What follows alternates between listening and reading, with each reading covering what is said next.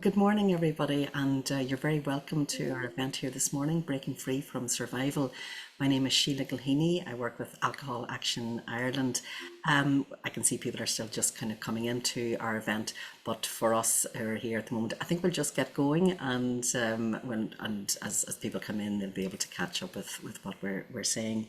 So this event this week is our third that we've been running, and it is part of what we call End the Silence. And End the Silence has been an annual thing that we've been running over the last few years through Alcohol Action and our specific initiative, Silent Voices. What Silent Voices aims to do is to raise awareness of some of the issues that arise for children and for the adult children who grew up in a home that was seriously impacted by alcohol. And we know that this is sadly a very common experience here in Ireland and indeed elsewhere around the world. But our own statistics in Ireland are alarming, to say the least of it. At least 1 in 6 children grow up with this experience. Is probably a lot more. We know that actually because of a survey that was done in Maynooth a few years back ago, which found actually that a quarter of adults, that's nearly 1 million people, a quarter of adults in Ireland grew up with this particular experience. And it's a trauma that deeply impacts children at the time, but it can also be something that can carry a legacy into adulthood. So a lot of what Silent Voices has aimed to do over the last few years is to talk about what are the policy measures that could be done to try and address things. What are things that could be done in the very immediate sense for children today's children, and what could be done, to help the adult children who are living with the legacy. And our first two events this week were very much focused on those sorts of policy measures. They talked about, what are the government actions that could be taken. But today's event is kind of more about the individual, more about what perhaps could help the individual in their own day-to-day life. And it's in that context that I am just absolutely delighted to be welcoming our speaker this morning, Corey Casey. Corey is joining us actually from Perth in Australia, but Corey actually first made contact with us about 6 years ago when Silent Voices was first getting going. And she was living in Ireland at that stage. She is indeed Irish, and she'll tell you more about her own background.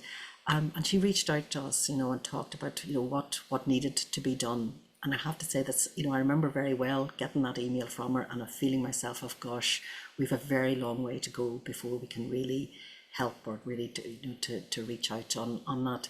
Corey got back in touch then, just actually a few months ago, and in the course of discussions, we realised what she herself had done in her own life path and what she had done both to help herself and is now helping others who've been in her particular position. I'm also joined this morning by our co-founder of Silent Voices, Marion Wackard. Marion's, as you can see her there in the picture, she's coming up as a second Corey Casey, but that's just a little technical thing that we have. We don't have twins here this morning. Marion herself is an ACOA. She's also a psychotherapist and has worked extensively in this area, and she's going to be doing a little bit of a response to Corey after her particular talk. So at this point, I think what I'll maybe just do is hand over to Corey and let you introduce yourselves and get going with our group that we have here this morning. Corey, thanks very much. Amazing. And thank you so much, Sheila, and to Marion. As Sheila said, today is a little bit of a full circle moment for me because I did reach out to Silent Voices. In 2019 when I was in a situation where I was really struggling with my alcoholic parent. And didn't really know where else to turn. And I'd actually heard about Silent Voices on the radio at the time, and I'd never heard of anywhere offering any sort of support or guidance for children of alcoholics up until that point. So I did reach out, and at the time, I will be transparent, I would say I didn't really get as much support as I was really hoping for in that moment. I was desperate to just have someone to really fix my problems, and of course that's not what any organization can do. They can't fix an individual's problems. But but it did set me off with some really other good resources that I could start looking up myself. So yeah, it's just it feels really, really special for me to be able to come back here today and present the work that I'm currently doing with children of alcoholics. So what I'm going to go through today is I will go through now and put the agenda on the screen, but I am going to be sharing a little bit about my own personal story.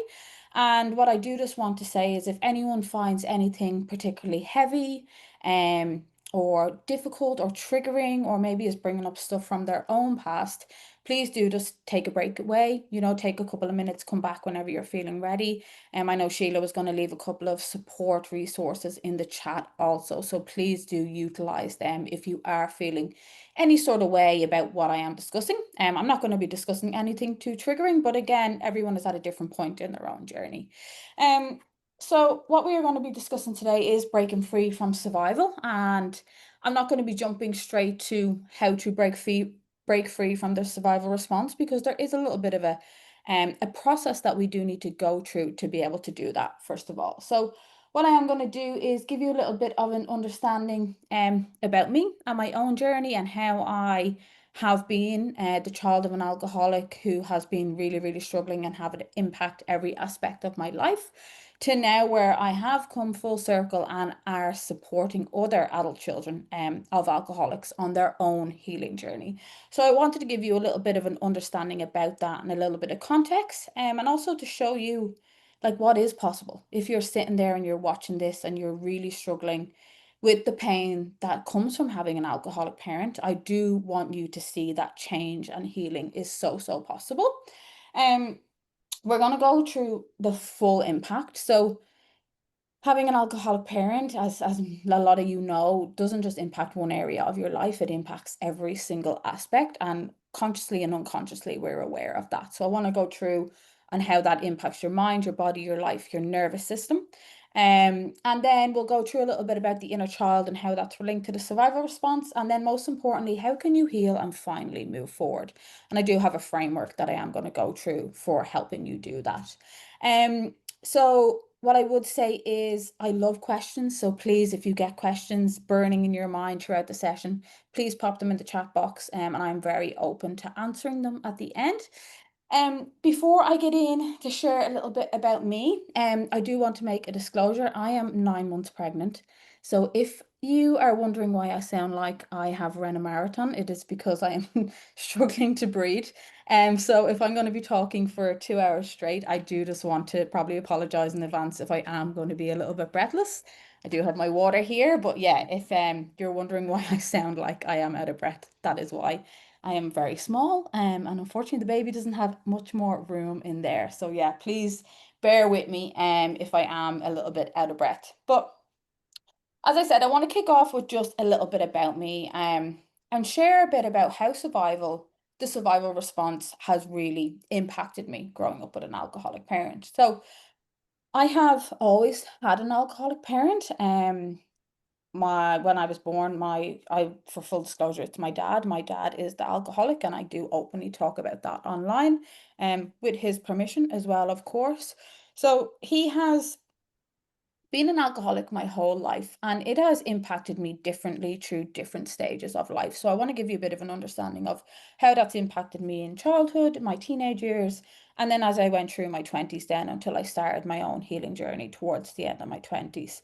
So as a child, I wouldn't say I struggled with a lot of like behavioral problems, but as anyone who has grown up with an alcoholic parent and that environment being very scary and unpredictable and chaotic, what it did was made me like a very on edge child. So I grew up very much in privilege. I'm not someone who grew up in poverty or anything like that. My dad is what is known as a functioning alcoholic.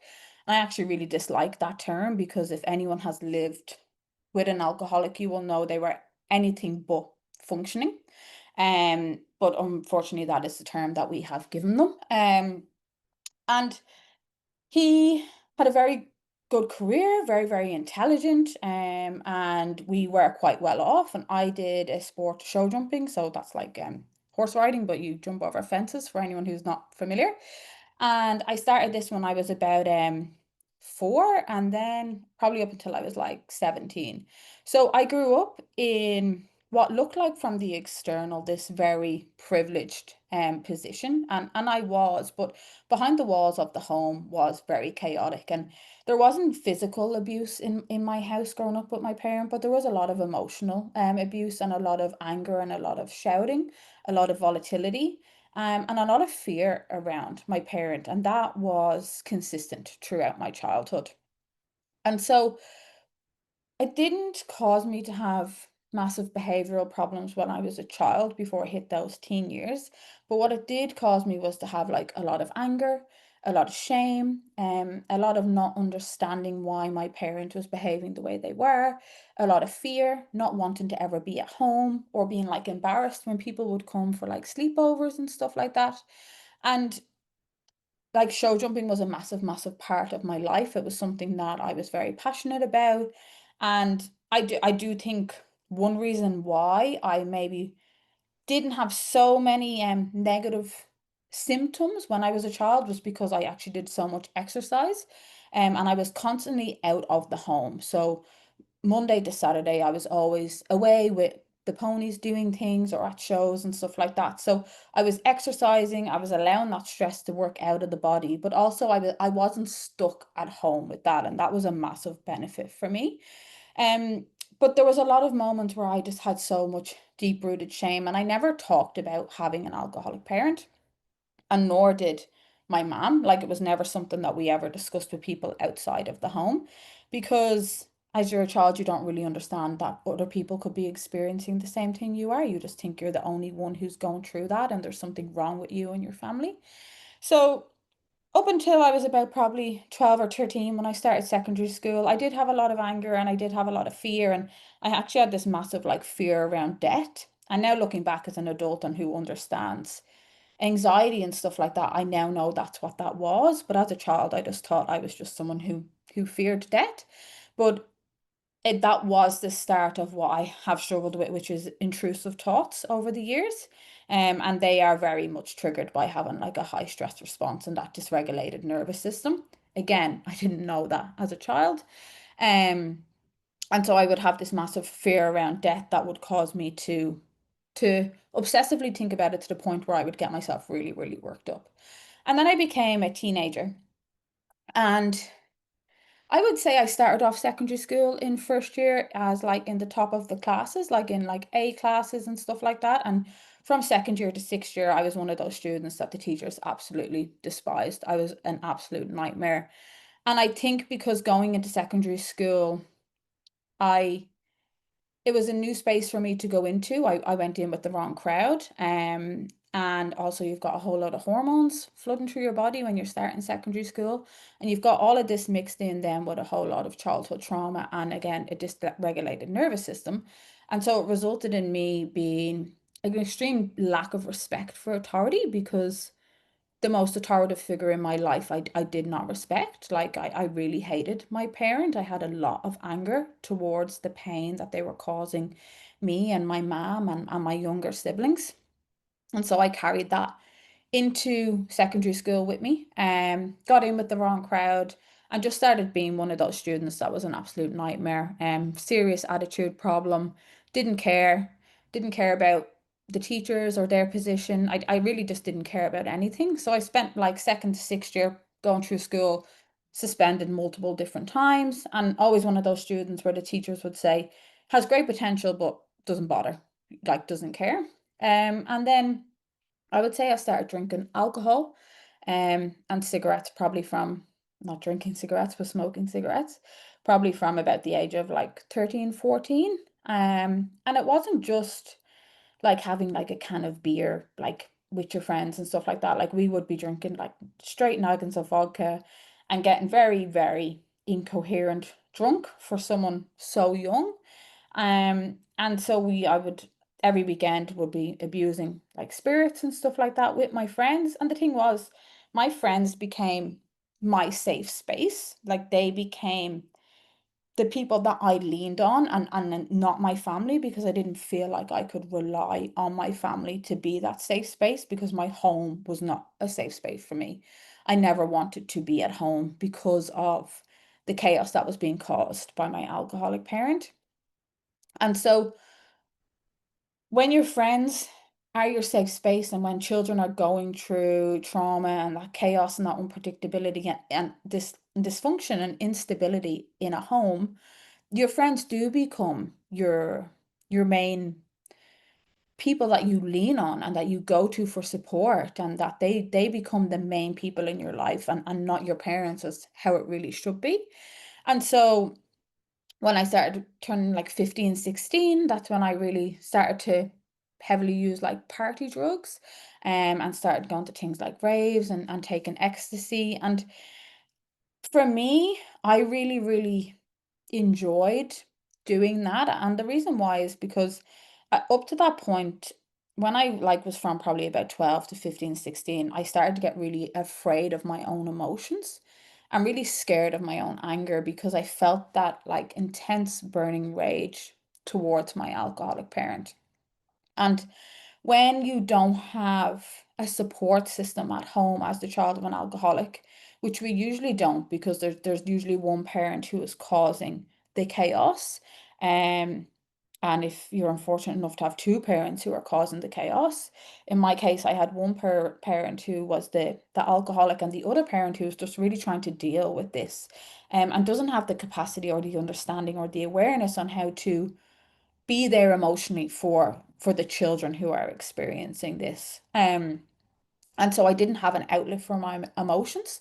I didn't know what to do with all that anger and hate that I felt towards my parent. And I felt it so, so strongly that it terrified me. And with that came either I felt like I was going to react on that anger, or I needed to shut it down and numb it. And unfortunately, when we choose to shut down a negative emotion, we don't get to pick that they're just the only ones we turn off. Unfortunately, we shut off all emotions. So I may not have been feeling angry or that rage or that hatred so much or so intensely anymore. But I wasn't feeling the good, positive emotions either. And I think drinking alcohol and taking drugs for me was what allowed me to feel the positive emotions, is what allowed me to be confident, because you would never have guessed it like from the outside, but I was super insecure. And substances allowed me to step out of that space and allowed me to be a person that I actually really liked to be, and a person that other people liked to be around. And so from like my mid-teens, I would say, to my early 20s, it was really all just about those like party drugs and partying and, going to Ibiza when I was 17. And, you know, I'm always super transparent when I do these talks and say, like, I had a really good time. But again, that's not to say it was a healthy thing, but I'm not going to say and stand up here and lie and say I didn't have good times, because I did. But it was a very unhealthy way for me to cope with the pain of having an alcoholic parent, because I never spoke about it to friends or anything like that, and no one knew that I did. So the only way for me to deal with that was to channel it into something like partying and using substances. And it wasn't until then, probably my early 20s, when I kind of switched the substance from like party drugs and ecstasy to start taking cocaine. And that's when it became like a really regular thing for me, where it was like every Friday and Saturday I would go out, and it would be 48-hour parties. And I did that up until my late 20s. And during this whole time, of course, I was suffering with different symptoms, not fully truly understanding that they were because of having an alcoholic parent. Like, I had such bad anxiety, really low mood. I had this like deep desperation to feel happiness, and I chased that through any sort of external means that I could. And so I was chasing that through substances. I chased that through online shopping, through attaching my worth to the external gratification that I got in my job. I was in a very like high performing corporate job in a bank in the city in Dublin, and getting promotions and stuff like that was what I attached my happiness to. So I had this like deep desperate ambition, I would call it. And it really wasn't a nice space to be in. But also on that flip side, I had like this craving for male attention, and I caused a lot of problems in like romantic relationships, because I craved the attention of males that I wasn't getting from the father figure in my life. So I went through my whole 20s thinking that I was a bad person because I did certain things when I took alcohol and drugs that I would be ashamed about, and that there was something wrong with me and that I was broken. And that was just kind of the type of person that I was. And it wasn't until my late 20s that I met my now husband, who is Italian and not from Ireland, and not from the group that I was in, because when you're surrounded with people who are doing the same things that you're doing and you're all enjoying yourself, no one really calls out that what you're doing is very dysfunctional and unhealthy, because we're all doing it together. And it took for him to come in to say, you know, what you are doing and how you're behaving is actually not normal. And it can't continue, because I don't want to be with someone like that. And that's what kind of, I would say, pulled me up and got me to reflect on how I was behaving. Um, and how I was showing up and how I was acting, and maybe thinking that, oh, maybe this is not normal for like a 26, 27-year-old young woman to be acting like this every weekend. And also I was causing a lot of problems in my romantic relationship, because as any child of an alcoholic will know, romantic relationships are really, really difficult. And they're really difficult anyway for anyone, even if you haven't had an alcoholic parent. But when you have an alcoholic parent, there's so many different dynamics that are coming into play when you do start getting into romantic relationships. And that being that you've witnessed behaviors that were toxic, you haven't witnessed how healthy communication is, you've either witnessed people being reactive or shutting down, or maybe things your partner do triggers you, and you're carrying a lot of unhealed wounds into a relationship. So I was having this like multiple prong problems popping up in my life, and not fully understanding what the reason why was. So my partner, I suppose he gave me a bit of an ultimatum, and that's probably one of my wake up calls that I've had on that journey. I've had many, many wake up calls, and that was probably the first one for me.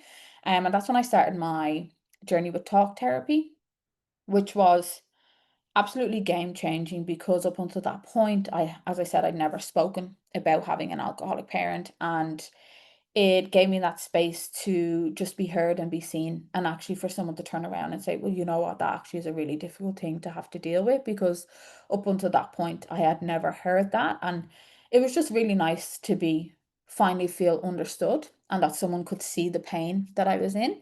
And so I did therapy for quite a while, but it really, really helped me to understand like my emotions, and expressing my emotions, and showing up maybe a little bit more healthier in my romantic relationship, and understanding emotions. Because up until that point, I just thought there was three: you were happy, you were sad, or you were angry. I didn't really understand that there was a full remit, and I was still struggling very much with emotional numbness and that ability to feel properly. And so I had all of this emotional side of things, but I also had like a lot of other physical symptoms that I was dealing with, and CPTSD symptoms as well. So complex post-traumatic stress disorder. Um and what the how that showed up for me was that I would actually hear my parents screaming and shouting and arguing when they wouldn't be. And that was a real warning sign for me that actually something needed to change, because that was not normal to hear that on a daily basis when that wasn't happening. And I would be waking up every morning in tears because my anxiety would be so strong. I was constantly in and out of the doctors because I was having heart palpitations. I thought I was having a heart attack. I had migraines. I had really bad stomach issues, um, really bad hormonal imbalances, and all of these other physical symptoms that were going on that I just couldn't understand, and no doctor was able to give me an understanding of. So although the therapy was fantastic, it was a really good safe space and an outlet for me to start my journey. I like up to a point where I was doing it for probably 6 months or so, I was still suffering with this debilitating anxiety, this debilitating low mood, overwhelm, waking up in tears, constantly on edge, super jumpy. Like I just knew that I just wasn't feeling right. And that's what really set me off on the journey of maybe trying to find a bit more of a holistic approach to my healing journey. And in that meantime, then I had moved to Australia. So I moved to Australia at the start of 2020. And again, I stupidly thought that as soon as I got off the plane that I would be happy, because I was leaving all of the crap with my parent behind and leaving all that baggage at home. And I thought as soon as I stepped off that plane that it would be like a fresh start for me. And it actually was. And it was one of the lowest times of my life, because who knew moving country was very dysregulating on your nervous system? I didn't. How naive of me. And it like added another layer on top of already how overwhelmed and dysregulated my body was. Again, I didn't know what any of this meant at the time. I didn't even know what a nervous system was. And so moving to Australia was again another wake up call for me, because I started to get really, really low with my mental health. I'm really, really struggling. My relationship was falling apart. And I just couldn't understand that I've moved my life halfway across the world and now I am feeling worse than I ever felt. Like, how can this happen? And so I was like, that's it. I have had enough of this and I'm really going to do something to try and change this. And so I just started getting really curious and I suppose turn into Dr. Google, as all self-respecting adults do when we have a problem. And started Googling my symptoms, started Googling, why am I feeling on edge all the time? Why am I waking up at 3 o'clock? Why can't I sleep? Why do I have insomnia? Why do I have these gut issues? And all of it kept leading back to the nervous system. And so I started implementing a couple of different things to help regulate my nervous system. And I'm going to go through this a lot more in detail about the nervous system and regulation and stuff further on in the presentation. But I started implementing yoga and journaling and just regular exercise and proper nutrition and hydration and concentrating on sleep, and really just very, very simple things that over time had a profound impact on how I was feeling. Like, all of a sudden I was able to wake up and feel a little bit of happiness and feel a bit of contentment. And I was like, oh, this is strange. Like, this is the first time I've ever felt like this. So it really showed me that, as well as being open and exploring your emotions and allowing yourself to feel your emotions, bringing the body into it and allowing the body to come out of that survival response through different modalities was actually a really, really strong and powerful way to help me move forward from the pain that I was dealing with. And that's what really started me on the journey then of, okay, well, how can I help other people with this? Because I know other children of alcoholics out there are struggling, and I know they're struggling to see a path forward. And but I know this works. Like, I am now living proof that if I do the talk therapy and deal with the emotions, but also bring in the body side of things and understand what's going on within, that it actually has a massive, profound, positive impact on us. So how can I share that? And that's what really started me making the choice of, do I go study to be a psychologist in university, or do I go and try take a bit more of a holistic approach? And unfortunately, just any of the psychology degrees that I had seen here in Australia didn't have anything about the nervous system within it at that time. And so I decided to go down the route of studying to be a mind body practitioner. And again, I was like, what the hell is a mind body practitioner? And what is the mind body connection? Didn't know. Um, but as I went through my studies and did that year of the diploma, it made so much sense of how I could apply these modalities not only to my own life, but to the lives of other children of alcoholics. And so what I did was I started posting on Instagram and I started getting feedback and sharing open and honest posts about what it was like growing up with an alcoholic parent. And then on the back of that, people would reach out to me and be like, oh, I can really relate to what you're posting. And so as people reached out to me and as I started connecting with people online through Instagram, I started then reaching out and gathering feedback and saying, well, how has having an alcoholic parent impacted you? What have you tried up until this point? What's worked? What hasn't worked? And that really allowed me then to not only use my own personal experience, because yes, I have my own journey, but again, we are also individual and also different. And what works for me may not work for someone else, and what works for someone else might not work for the other person. So that was a really important step in me, like being able to shape up again a framework that I am going to go through and start that framework of understanding how to really help the mass of children of alcoholics and not just using my own journey for that. So it was so, so powerful of really coming to that realization that there was a deeper why behind behind what I was feeling and what I was dealing with, and actually being able to remove a lot of the shame and the self-hatred that I had towards myself, and be like, you know what, it actually makes so much sense now that I understand what the nervous system is. So I'm going to go through the framework, and I'm not going to go through it now, but I do want to, as I'm ending on that note about just about my own journey and how I have come full circle now of being someone who was severely struggling with the pain of having an alcoholic parent, to now being able to come up with a framework to support other children of alcoholics. I really want to get into the deeper why of why you may, if you are a child of an alcoholic on this call, be struggling the way you are.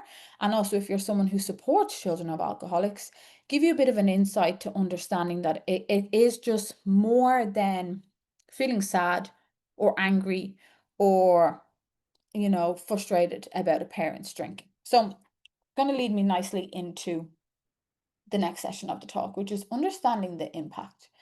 And as I've said multiple times, growing up with an alcoholic parent, it impacts your full life. It does not just impact one small area.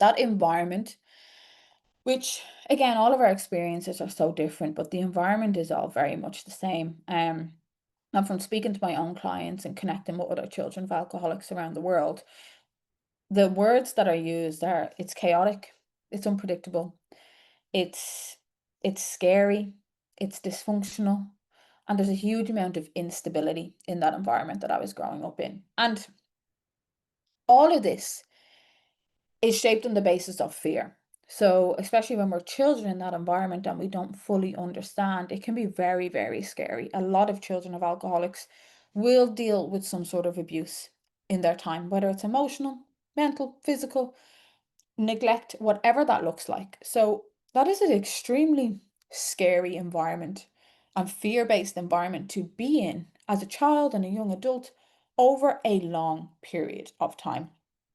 And this is how the nervous system comes into the journey. So I want to give a very high level understanding of the nervous system. I'm not going to go into detail. I just do want to just keep a high level. And the point of this is for you to understand that when we talk about the nervous system, we're talking about the full person, the full person's, like your full body, your organs, everything. And I think it can be very hard to picture how much that can impact you as a person when you don't fully have the understanding of the way it flows through your body. So, as I said, having an alcoholic parent is so much more than just feeling angry or frustrated or ashamed. It is impacting the full person. It is impacting your mind, your body, your soul, your life, your behavior, your jobs, your relationships, everything. And for me, through what I've learned through my own journey, my studies, from working with other children of alcoholics, and from just connecting with other ones worldwide, is that it all comes back to the survival response. And on the next slide, I'm going to go through what that is. But first of all, let's just look a little bit about the nervous system. So the nervous system is made up of, and I'm looking this way because I have another screen here, but it's made up of the central nervous system, which is your CNS, and your peripheral nervous system. So your CNS is made up of the brain and the spinal cord, but the one that we're going to focus on is the peripheral nervous system. And you will see on that image that that is all the blue nerves that are running through your body. So again, just to give you an understanding of how deeply connected your nervous system is to every part of your body, your mind and your body. And within the peripheral nervous system, you've got the autonomic and you've got the somatic. And the one that we concentrate on when we're talking about fight, flight, or freeze and rest and digest and the survival response is the autonomic. And within that, then you've got two more branches. So you've got your parasympathetic, which is your rest and digest state, and your sympathetic, which is your fight or flight. And some of you may be familiar with this, some of you may not. Some of you may just have heard of rest and digest or fight or flight or fight, flight, freeze or fawn. But it goes to show in this diagram that how it impacts all of your organs. So when I was saying that I was going to the doctors all of the time with like migraines and stomach issues, and you may be struggling with these as well, or you may have clients who are struggling with this also, who are coming to you and saying, I'm suffering with all of these physical symptoms, but I can't understand why. I'm going to the doctor and I'm not getting a response as to, or they're not able to understand why maybe I'm suffering with, constipation or diarrhea all the time, or heart palpitations, or hormonal imbalances, or all of these different things. It is because when we are in that stress response for such a long, long period of time, the nervous system is impacting all of our organs. And when we go into fight or flight, it makes the blood flow from certain organs to make sure that we have the strength to either fight or run away from the threat. And so certain organs like our digestive system is not getting the sufficient blood flow that it needs to function. So when we're in that state of fight or flight, you will see this sympathetic nervous system. It inhibits the activity of your intestines. So this is why people um who have experienced trauma, who have grown up in stressful environments, no matter whether you've had an alcoholic parent or not, will say the majority of the time they suffer with some sort of gut issue. Or I'm suffering with some sort of chest pain, palpitations. Why? Because it's increasing your heart rate. So again, I'm not going to go into this in too much detail, but I just want you to be able to start connecting the dots and understanding that there is most likely a deeper why under the certain maybe physical things that you are struggling with as the child of an alcoholic. Now, you've got your nervous system, so that's your rest and digest and your fight or flight. Now, this image here with the big yellow nerve going down the body, that is the vagus nerve. So our body is this amazing, amazing system. And when you understand it and you learn how to work with it, especially as someone who maybe is really, really struggling right now in life, or if you've got clients who are really struggling, when you understand that we actually have an internal calm button within, it's life changing. It is game changing. When you understand how to tap into that, it changes everything. And that is our vagus nerve. So the vagus nerve, it's the longest nerve in the body. They call it the wandering nerve because it literally wanders into every organ. You'll see on the diagram here, it is infiltrating the majority of our body. And the vagus nerve is part of the parasympathetic nervous system. So that's our rest and digest state. So when our vagus nerve is activated, that is when we start feeling calm and happy and content and fulfilled, because that is what is turning on our rest and digest state. So our body is this amazing system of having a survival response that kicks in when we are under threat or we sense danger or something scary happens. It kicks in automatically to keep us safe. And we have this other fantastic aspect to our body, which is our vagus nerve. And that is what kicks in to help us relax. And when you know how to activate both of these, when you know how to calm the fight or flight down and activate the vagus nerve to help you come back to a state of balance, you start to feel so empowered in your body. You start to feel so empowered in your life because you start to realize I actually have control. Like I am not a victim, or I'm not a bystander to the things that are happening to me. I can actually do things that are going to support me and help me feel better. So that's just a very high level overview of the nervous system. And just to give you an understanding of how important and integral it is to the functioning of our body. So in the nervous system, in the autonomic nervous system, we have three different states. And we when we have a healthy functioning nervous system, we will fluctuate up and down through these states, maybe multiple times throughout the day, multiple times throughout the week, the month. And that's just normal. That's it. That's just how our body is meant to function. But when we grow up in an environment that is chaotic and unpredictable and scary and is perceived as threatening to our sense of safety or the safety of our loved ones, maybe like the other parent or our sibling, then we can get stuck in what is known as either the sympathetic, so as I said, fight, flight, or freeze, or no, sorry, fight or flight, and then the dorsal vagal, which is freeze. Because when our nervous system is constantly switched on, it's not getting a chance to come back to that rest and digest state, which is the one at the top of the ladder, the ventral vagal. And that is where we feel safe, we feel connected, we feel engaged, fulfilled, empowered. We have clarity, we can see clearly, we are excited about life. Everything just feels balanced. And that is because our body is balanced in that state.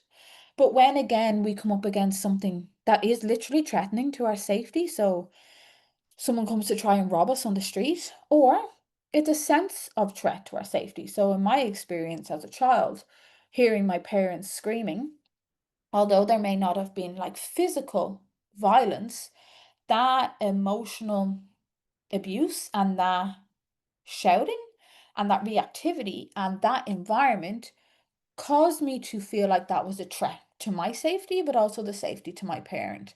And I'm sure a lot of you on this call can relate to that in some way or some aspect. And so when that happens, we get put into fight or flight because either we are being prepared to fight, so fight off the threat, or run away.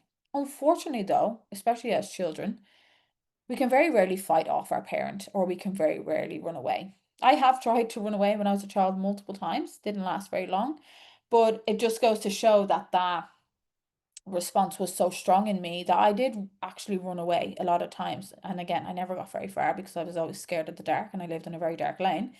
But it was like a normal reaction for me to have. But when we get stuck in that fight or flight, we start to feel agitated, overwhelmed, anxious. We feel like there's a lack of safety. We're on edge. We're super jumpy. You might notice that you startle at like the simplest, smallest things. And you have a hard time maybe containing your emotions, have a hard time not being reactive to your children, maybe now as an adult, not being reactive to the people around you. But when we can't get out of that fight or flight state, so when we can't fight or run away, we get put into then what is known as freeze or that dorsal vagal. And that can present a lot of the time very much like depression.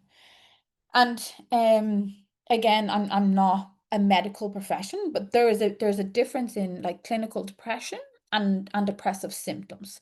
And unfortunately, a lot of the times that when we are stuck in that freeze response, it does present very much like depression because we feel low mood, we feel unmotivated, we feel stuck, we feel like there's this heavy dark cloud around us, we feel like there's no way forward, like the world is empty. Feeling just really, like one client put it to me that she just feels really stuffed down, like there's something really heavy on top of her, and that she doesn't know how to lift that off her. And that is because you'll see, like when you watch documentaries about like Africa and stuff like that, and you see like the lion is chasing the antelope, and the antelope's nervous system activates and they run away. But then the lion will catch the antelope and you'll see it would automatically go floppy and play dead. Not play dead, but go into that dead like state. And that's the nervous system kicking in, putting it into that freeze state because that's the only way it feels like it can save itself by going into that shutdown mode. And then you'll see maybe the lion will drop the antelope and it will get up and run away. Again, it's because that's our body's natural response when we cannot escape the threat. So again, super important to just understand that the nervous system being dysregulated can show up in multiple different ways. It's not just feeling anxious or on edge. It can present as depressive symptoms. It can present as feeling numb and feeling shut down and feeling stuck. And I have very much had clients who have been dealing with both, and so they flip-flop through both on different occasions throughout the week. Or for myself, when I've had an argument with my partner, and that's very triggering for me because again it puts me back into being like a child and listening to my parents screaming and shouting. And so anytime something will get heightened in my own romantic relationship, I go straight into fight or flight, and it's usually fight. So I'll go into that like fight mode, and then I'll realize I can't fight my partner. And so I'll go into freeze and I'll go into shutdown. And it'll be like my brain will completely go offline. And so I'll go in between the two of them anytime that we would have had an argument. And it's a very overwhelming and confusing thing to experience as the person going through it, but also for the person who's witnessing it, because my partner would be able to clearly see that my brain would literally go offline. Like my eyes would cloud over and there would be nothing there. And no matter how much I tried to will myself in those moments to speak or do something to save the argument and the relationship, I couldn't. And again, not because there's something wrong with me. And it wasn't until I was able to understand the nervous system that I was able to be like, ah, this is actually what's happening. And then I was able to let him know and ask for space in those moments. So again, when I go through the framework, you'll start to hear and see that awareness is a very, very important part of your journey of coming out of the survival response.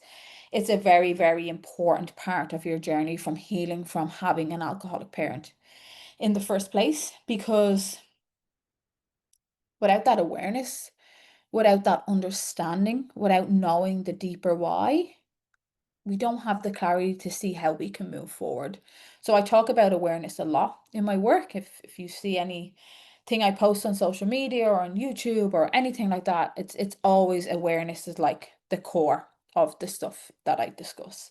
So yeah, it's just really important that you understand that the nervous system is like a ladder and we move up and down through the different states multiple different times throughout the day and the week and the year and the months.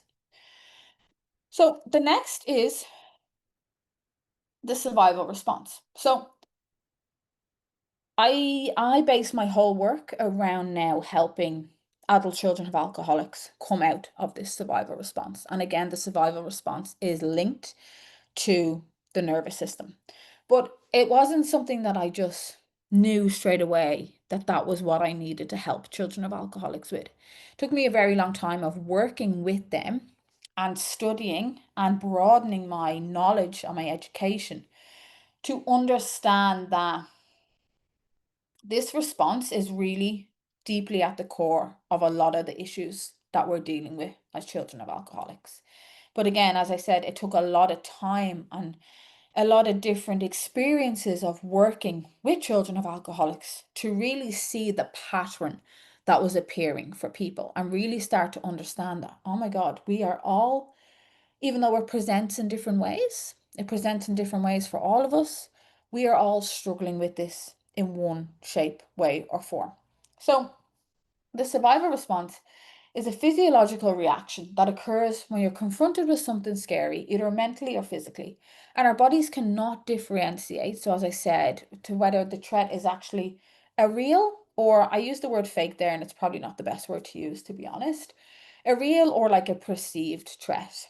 They respond to the chemical reaction that is happening within us. And again, I'm going to start talking about cortisol now on the next slide, but it's important again for you to understand what is happening or what has been happening in your body since you've been a child, or since your client has been a child growing up with that alcoholic parent, or whenever that alcohol abuse started happening, what is actually happening deep within. So the chemical reaction is that a tiny region at the base of the brain called, I always butcher this, but then hypothalamus, sets off an alarm system in the body. And through nerve and hormonal signals, this system prompts the adrenal glands, which are on top of our kidneys, to release stress hormone, so cortisol and adrenaline. And this again prepares our body to fight, flight, freeze, or another one is fawn. And again, an amazing, amazing system. Like it's doing what it's meant to do. Like there's not actually something wrong with you when this happens. Like our body has to do this. It was evolved to do this to keep us safe. So when this happens, it's not a bad thing. It is a really, really good thing. But, and in a normal situation, once the threat is gone, your parasympathetic nervous system will activate, calms the body, brings it back down to a state of balance, and starts to reverse all of the like physiological things that go on within the body when the fight or flight response is turned on. But the problem is, again, as I said before, is that when we are constantly confronted with something scary, which is our alcoholic parent in this case, our body is constantly on this warning and sending these signals from the brain to the body that there's a threat. Danger, danger, danger. And what's that doing then is constantly having a flood of the stress hormone, cortisol, and adrenaline pumping through our body. And again, this is why I teach this and I talk about this so much, is because it's so important for children of alcoholics or anyone working with them to understand that 99.9% of us have a huge amount of cortisol pumping through our body, and that is causing a lot of negative impacts on our mind and on our body. And it's causing a lot of different illnesses and stuff like that to show up. So, growing up in dysfunction and unpredictability means your body spends a long time in stress. And we talk about stress a lot in today's society. And I like stress is not bad. We need stress in our lives to function. We actually need stress in our body for it to function in the right way. When stress becomes bad is when it becomes chronic. So, stress over a very, very long period of time. Because stress in the short term is healthy. Cortisol is released, our body does what it needs to do, and it comes back to a state of balance. But when stress is constant, when cortisol is high, our body continues to release that over prolonged periods of time, this is when we start to see the physical impacts. And again, I'm going to go through in the next slide how this shows up in your mind, body, and your life. But that's when we start to see inflammation in the body, autoimmune diseases, heart diseases, digestive problems, impact on mood, impact on sleep. And I know there has not been one child of an alcoholic that I have not met yet that does not struggle with some sort of physical impact of having an alcoholic parent. And whether they're aware of it or they're not aware of it, they are struggling with some sort of physical symptom as well as mental. And so over time, because we are constantly in this survival response, that then becomes our default. And we start living life from that survival response. And this is what happened to me, is that I was living life from that survival response. And this is what happens to all of my clients. They're living life from that survival response. And we think that that is who we are. We think that that survival response is our personality. We think how it makes us behave and feel and show up in the world is who we are as people.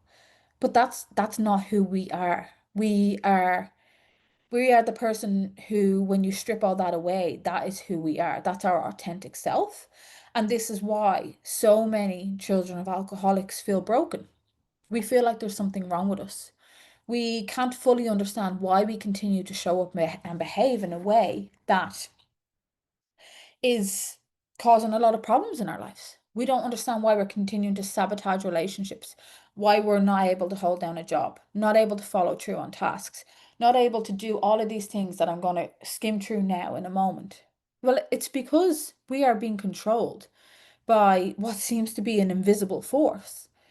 And it's not an invisible force, and it's not who we truly are. And it's just so, so important to know that as a child of an alcoholic, that there is a deeper why to how you're showing up in the world, and you're not broken, and that does not have to be your identity. And I'll talk about it a bit towards the end of the presentation, but a lot of the times we just feel like that's who we are and we're never going to change. And it's really, really hard to change. Like, don't get me wrong. We've spent so long growing up in a certain way, being controlled by our survival response, or growing up in a certain way, feeling certain things, that it's very, very hard to change that overnight. It's very, very hard to change that. It takes a long time to change. And that is why children of alcoholics, the number one thing that I have learned, that me myself included in this, we really want to know, why do I feel like this? Why am I behaving like this? Why am I doing this? And this is why I'm so passionate about this work, because this is helping them understand the deeper why. This is not just about coming and talking about your problems and telling me that you really hate your parent for what they're doing.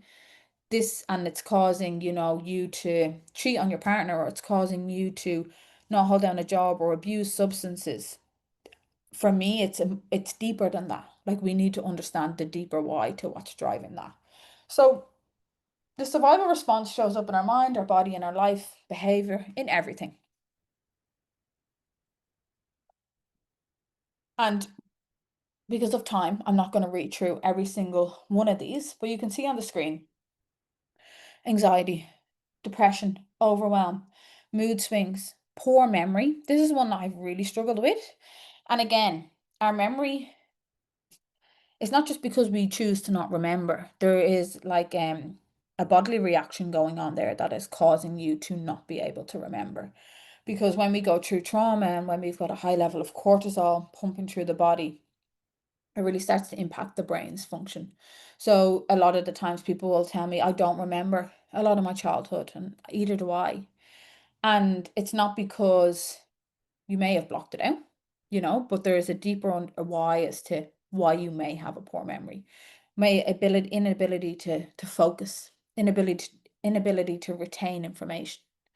Um Again, palpitations, autoimmune disease, fatigue, digestive problems like constipation and IBS, immune system problems, hormone dysfunctions, fertility problems, hair loss, skin conditions. All of these can be caused by having high levels of cortisol in the body. All of these things that I've written down here are things that clients of mine have come to me and said that they are struggling with. And again, I am not a medical profession. I don't prescribe things to fix these problems. But what I do support clients with is with regulating their nervous system. And then what they then tend to see, sometimes, not all the time, is that it then starts to have a positive impact on some of the physical things that they are dealing with. But again, if you are a child of an alcoholic and you're dealing with heart palpitations, you're dealing with autoimmune diseases, you're dealing with severe depression, it's not to say that you don't go and see a doctor, you don't go and see a professional, you don't go and see a psychologist. You do, you go and see them, and then you get ruled out any bigger problems, because then what you can do is say, okay, I've gone to the doctor, I've gone to the psychologist, I don't have clinical depression, or I've gone to the doctor and I'm not suffering with heart problems. Okay, so what's causing me to have the palpitations? That's what I did. I was having palpitations. I went to the doctor. They said, your heart is fine. And then I was like, okay, well, something is causing this. So maybe let's start to explore the nervous system. So again, then in life, struggle to maintain healthy relationships, and poor life choices like self-soothing with substances like I was, um, sensitive to loud noise, numbness, detachment, lack of clarity, negative self-belief. Feeling behind in life is a really, really big one for children of alcoholics, because it can be really hard for us to create a life that we want to live, because it's been controlled by, again, something that we don't fully understand. We feel like it's been controlled. We feel like we have no control over the decisions we make or the choices, or that we really try to create healthy habits and we can't stick to them, and we just don't know why. We try to create change and we can't stick to it, and we don't know why. And the majority of the time it's because we're trying to change the mind before we calm the body. And the mind can't change, or it's very difficult to implement these things when we're operating from a space of overwhelm, when the body is operating from a state of survival. Until the body feels safe and feels like it's balanced and regulated, it's very, very difficult for the mind to change, because the change is the unknown. So it's adding another layer of unsafe. This is not even the right word. I was going to say unsafety, but it's adding another layer of lack of safety. And so the body needs to be safe for the mind to be able to change. The body needs to be safe for you to be able to start sticking to your healthy habits and making that change that you want to make. So I'm going to move on quickly, because I do want to get into the framework, because I think it's really important that we spend enough time going through that framework of, okay, Corey, you've talked about survival, you've talked about the nervous system, you've told me how it's showing up in my life. So now tell me, how can I move forward? So before we do that, I do just want to go in and talk a little bit about the inner child, because me myself, And again, a lot of my clients and a lot of the children of alcoholics that I talk to all over the world, we feel like we are living this dual identity, is what I'm going to call it. It's like you're showing up in your day-to-day life as a responsible adult, like the majority of us are. But then there are times when you feel like you're acting like a child. You feel like you're being transported back to a 5-year-old or 7-year-old, and you just can't fully understand why. And it all really started to fall into place to me, or for me, when I started to understand that our wounded inner child and our survival response are actually very, very much connected. And this was not like I would never been able to join them dots before without really fully, truly understanding the survival response. But when we start to connect certain situations, so for me, I'm going to give you like a real life example. When, as I mentioned, I have a argument with my romantic partner, that triggers my nervous system. And that triggers me to go into fight or flight. And I go into fight mode. And that's because my body remembers what it was like to be scared of confrontation with a male. And this is not to say that when I have an argument with my partner, it's emotionally abusive or it's heightened to any sort of way that it was when I would be hearing my parents fight. But my partner is Italian. He's very loud, and that is his basic communication style. So even though he may not, he's not like being abusive, the conversation is quite loud. And that loudness is what triggers me to have that automatic nervous system response. And I go into this panic and overreaction. And all of a sudden, what I start acting is like a child again. And I'm 33 years of age, and all of a sudden I'm starting to act like an 8 or 9 year old. And I'm starting to go into that freeze and shut down mode. And so I stop responding as an adult. I stop responding as a 33-year-old woman and start reacting and behaving like the child. And the child who needed to survive in a certain sense of when I was in that situation when I was younger. And so it's so important to understand that a lot of the times, because let me step back. When we grew up with an alcoholic parent, we have a lot of unmet needs as children. And a lot of the times they're emotional, they might have been physical. Some children of alcoholics have suffered with awful neglect. And so when our needs go unmet, for me, it was like emotional needs, we carry that in to adulthood because those needs, they do need to be met for them to kind of do a full circle and kind of close the loop. Or we continue to bring that inner wounded inner child through life with us. So that is why so many children of alcoholics will say, I feel like I'm living a dual identity. I feel like I am the capable adult in my life, but also then I have this like hidden child within me who just pops up at the worst times and causes all of these problems, and I don't really know how to control. And so it's so important that when we are children of alcoholics, we work on integrating the adult that we are now with the inner child who needs to have their needs met. And that is why it's so important to recognize that when your survival response is activated, like for me in that time with in the times with my romantic partner, that I'm trying to understand what are the needs that are going unmet for my inner child. What does my inner child need in that moment? And for me, it's about safety. They need to feel safe. They need to feel that this male figure is not threatening to them and to their safety. They need to feel seen because I never felt seen as a child. They need to feel heard. They need to feel understood because I spent the majority of my childhood, and to be honest, my teens and my 20s, feeling misunderstood, feeling like no one understood what I was going through. And this has caused a lot of conflict and issues in my romantic relationship is that I say to my partner, like, you just don't get it.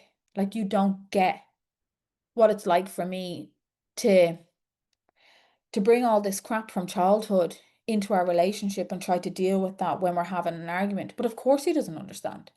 Like, how is he going to understand? He's never had an alcoholic parent. But again, that being feeling misunderstood your whole life, and then you go into adulthood doesn't mean that you just leave that. It leaves a massive, massive wound. So I think it's so, so important that if you are the child of an alcoholic, or you're working with children of alcoholics, and they're telling you that, like, I'm just constantly acting like a child and I just don't know why, I don't know how to change that. But first, recognize when your survival response is active and how that's showing up. And then before you try and like think your way out of the problem, start integrating some things to help you calm the body and to help you bring the body back to a baseline of safety. And then take some steps then to reparent the inner child within you to help you kind of heal those wounds and meet the needs that weren't met in childhood. Because it's a loop. Like, we get triggered, our survival response kicks in, it triggers our inner child acts out, it starts to trigger our survival response, and we're kind of just going around in this cascading loop of one is triggering the other. So we need a circuit breaker.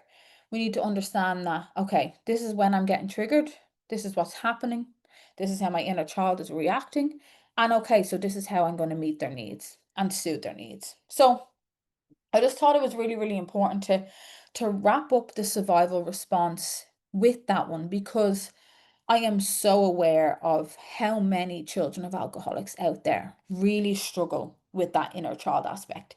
Naturally, because our needs just did go unmet in childhood, because we had a parent or two parents who were so distracted by pain, by addiction, by substance abuse, by whatever was going on in their own lives. And again, I'm very much of the sense that I don't do the blame game. I did for a very, very long time, but my work is not about blaming parents. It's not about blaming the alcoholic parent. Um, and no, I'm very aware not a lot of people are at that space. It can be very difficult to hear someone say that, but I've been able to come to a point of acceptance for my own parent to understand that they drank and they suffered with their mental health because they had a huge amount of their own childhood trauma, huge amount of unprocessed wounds, a huge amount of inner child unmet needs in themselves, and that is why they have been the way they have been. But it doesn't make it any easier to accept that in the moment. But it is very, very normal that our needs did go unmet as children of alcoholics. So that is the survival response. And I am about to go into then how to heal and how to move forward. But I just hope that that has given you a better understanding, or more broader understanding, that having an alcoholic parent, it has caused all of these certain things, but there is a deeper why behind that. And for you to have the awareness that you're not broken, that there's not something wrong with you, that there is actually something going on in your body that may be causing you to behave and show up and act in a certain way, or your clients to behave and show up and act in a certain way that they may feel like they have no control over. And then my whole point of teaching the survival response is that we do have control over that. And that's what I'm going to go through now.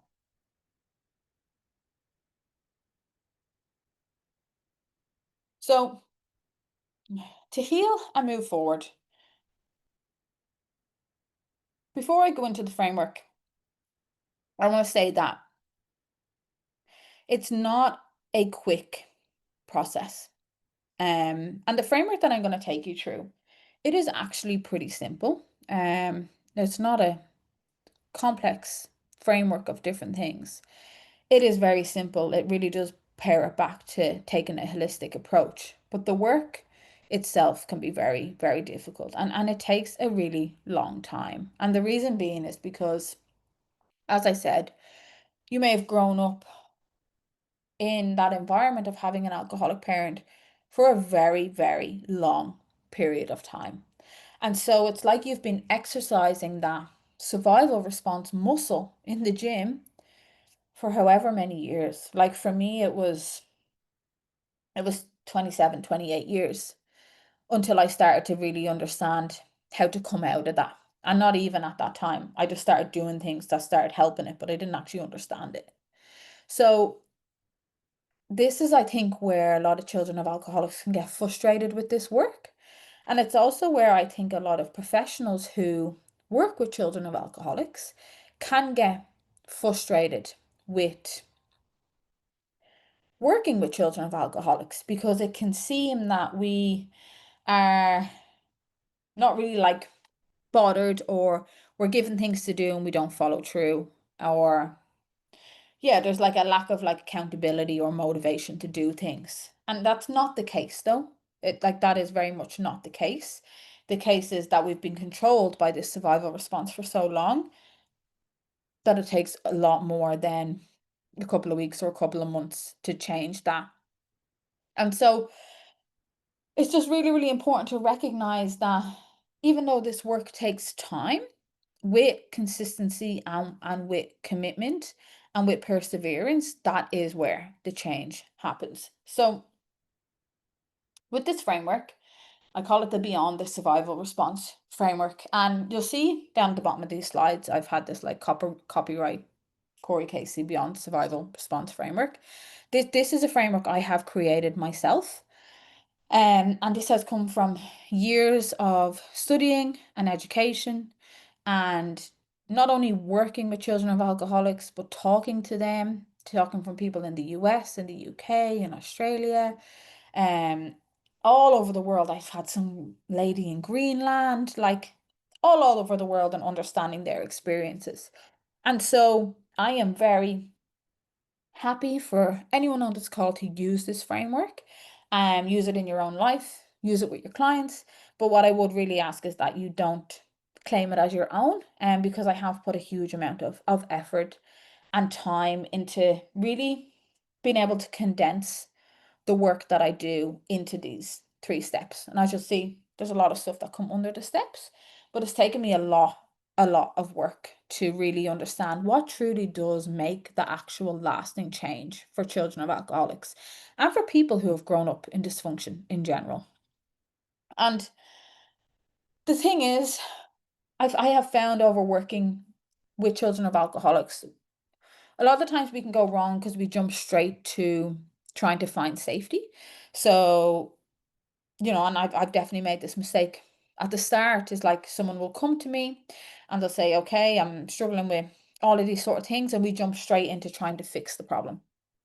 But before we find safety, and before we start addressing the root cause, and before we start allowing the body to become regulated, there are some steps that we need to take before then. Because unless you know why things are happening, unless you can understand your nervous system, unless you know why you're behaving the way you are, unless you can have that clarity, it's very difficult for you to then implement the things that need to be implemented to regulate the nervous system. So what I want to do is go through this framework and go through the things that are listed under the bottom, because they're what really makes up the meat of each section. So the first step, and as I've mentioned before, is awareness. Understanding what the hell is happening. Why am I behaving the way I am? Why am I feeling the way I am? Why am I the way I am? And again, as I said before, the majority of children of alcoholics just want to know why. Why do I feel like this? And how the hell can I change it? And I've come to that consensus from working with them, from myself. I was just so desperate to know, like, why am I acting like this? Why do I keep doing the things that I do? Why am I struggling so hard to change them? Why can't I stick to anything? And this awareness piece really allows you to dig deep into that.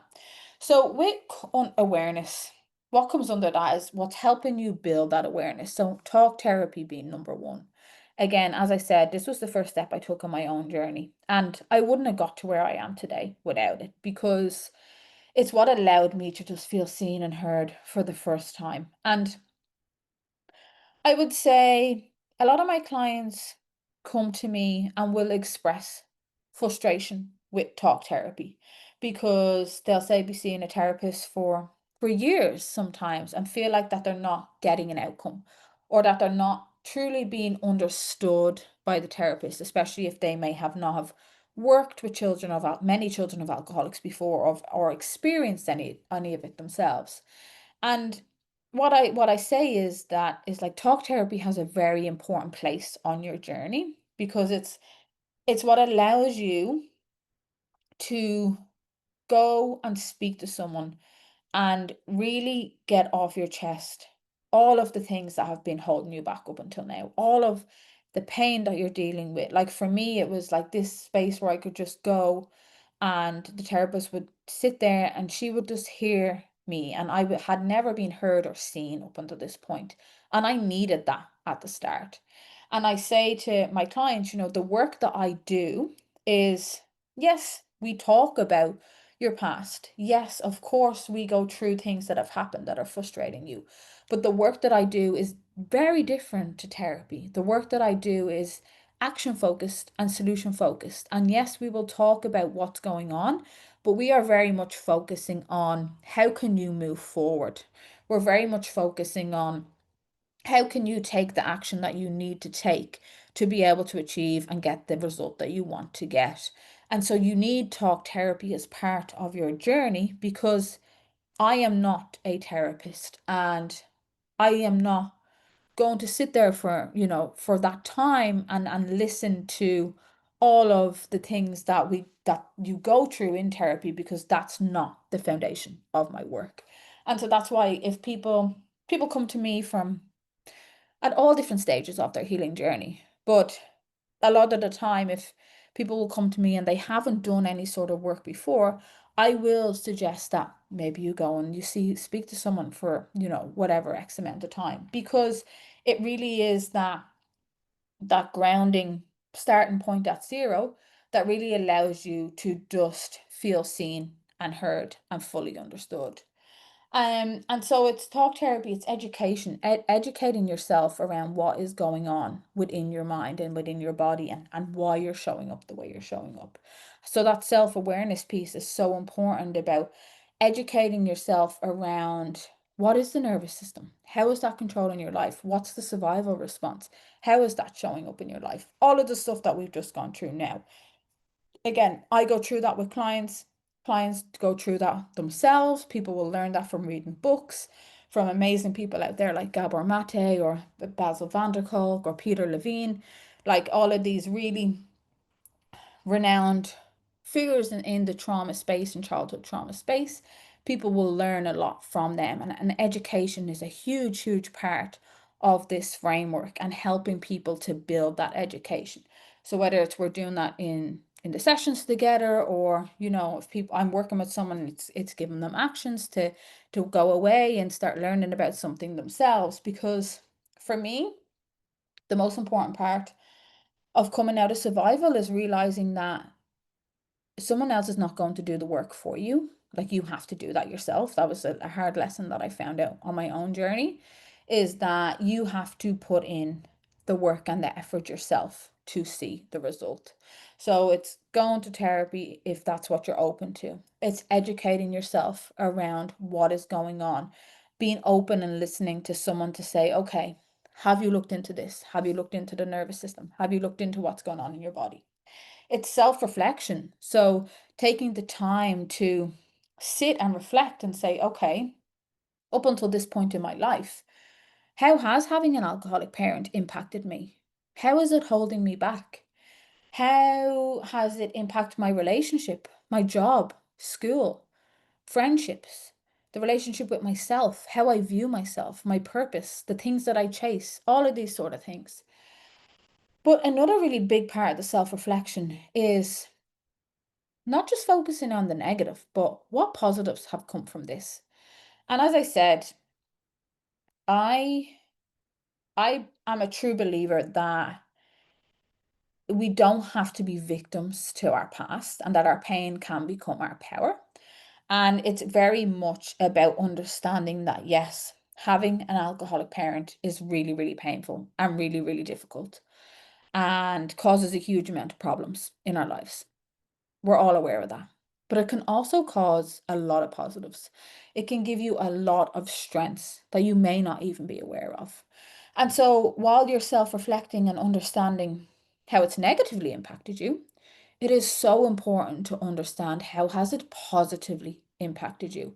What superpowers have you developed from growing up in that environment? Because it's such a unique environment to grow up in, because you spend so long living in that state of overwhelm and hypervigilance, you do get strengths from it.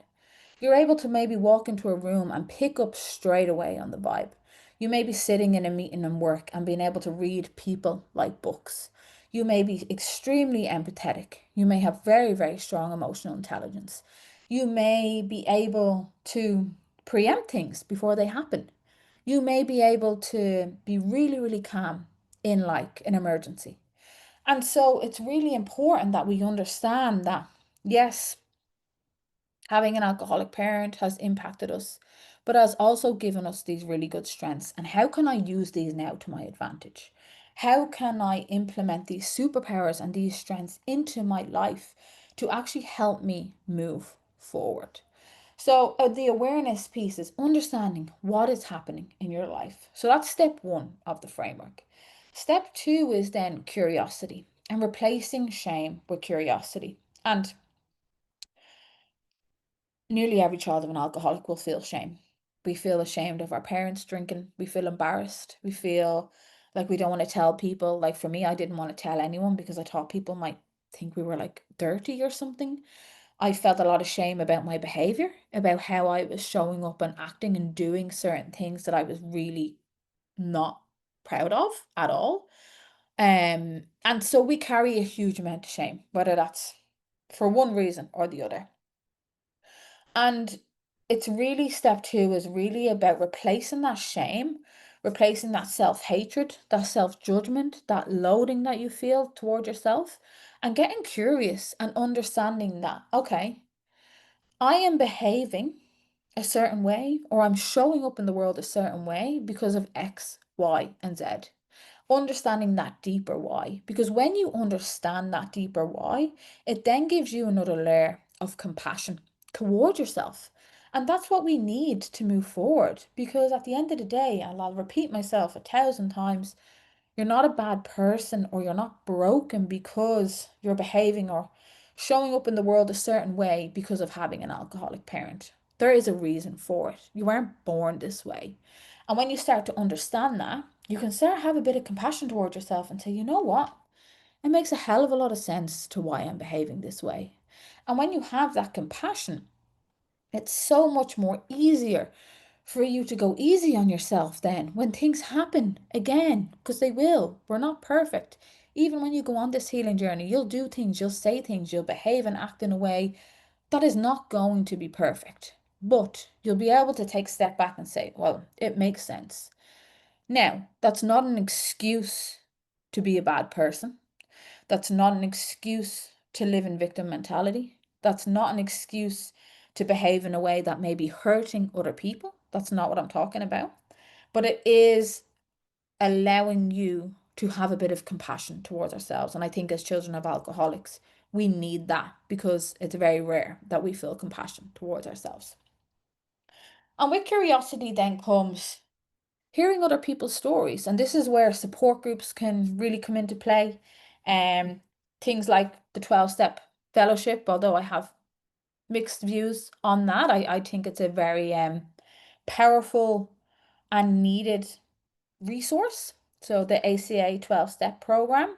I'm not sure if it's really big in Ireland, to be honest. It's very, very big in America. And it's quite big here in Australia as well. I do think there's a couple of meetings in Ireland, but that is a group, if you're not aware of it, where children of alcoholics come together and work 12 steps like AA.